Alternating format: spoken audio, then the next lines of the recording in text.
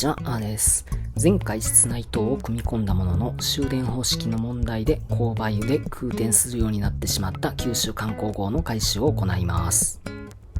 製品仕様のままではトミックスの旧仕様終電方式となります。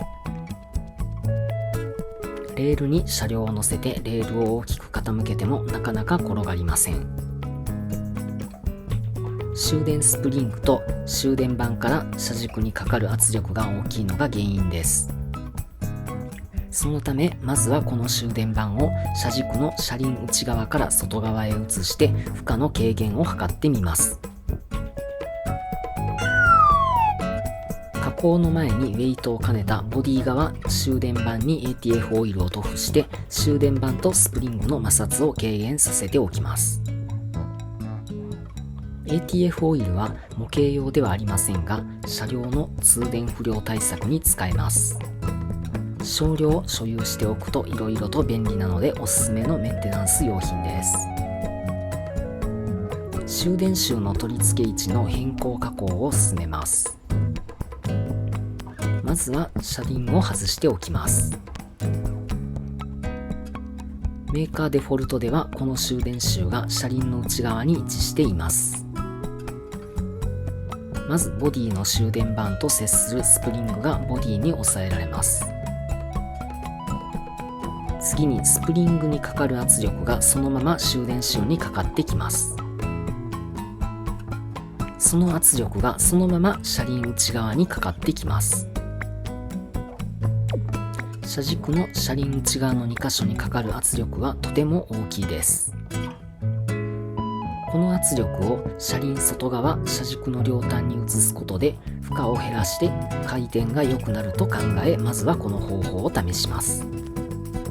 単純に終電周の取り付け向きを逆にするだけです。終電周を逆さに取り付けられるように台車枠に切り込みを入れます。切り込みを入れたら車輪を戻していきます。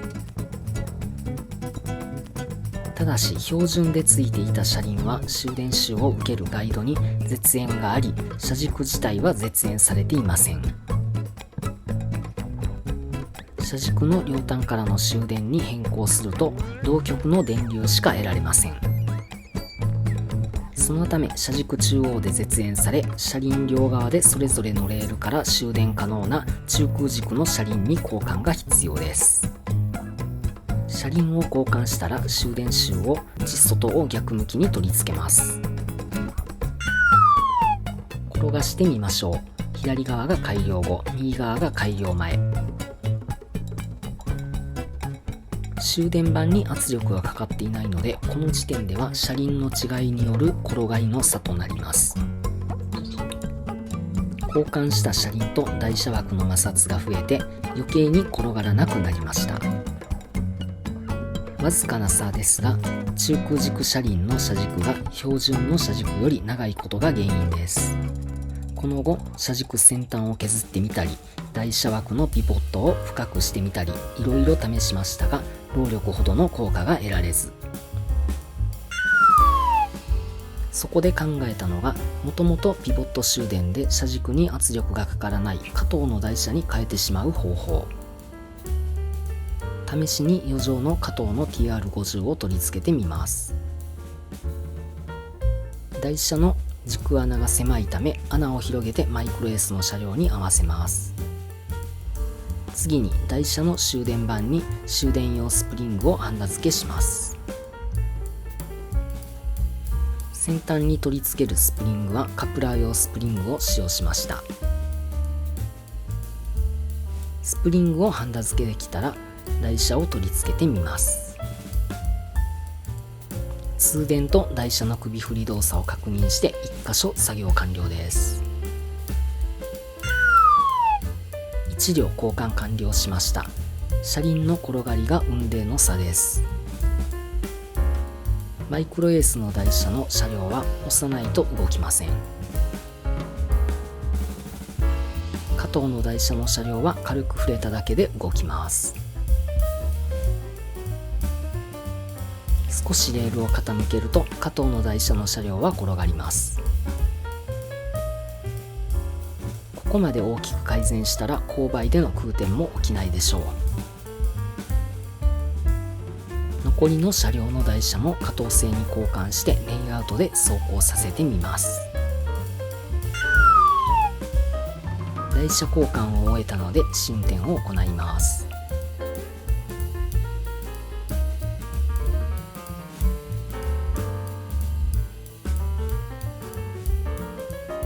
低速で始動しました。電圧はこのくらいです。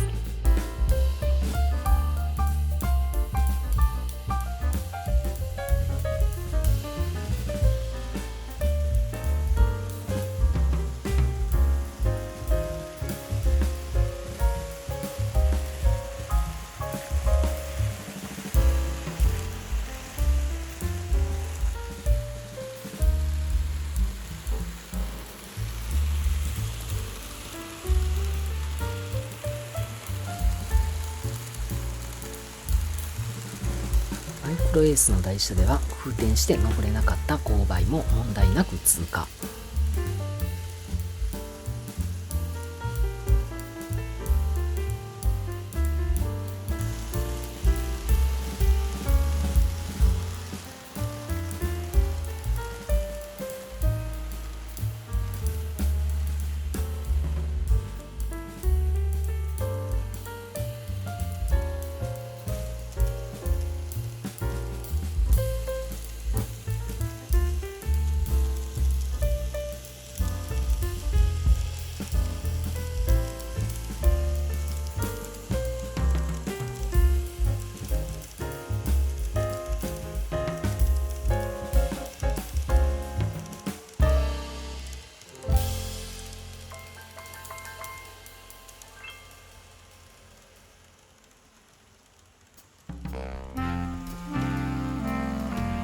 加工した台車は安定性を欠くことがありますが、首振り、サスペンションをともに柔軟性を持たせておくことで安定性が確保できます。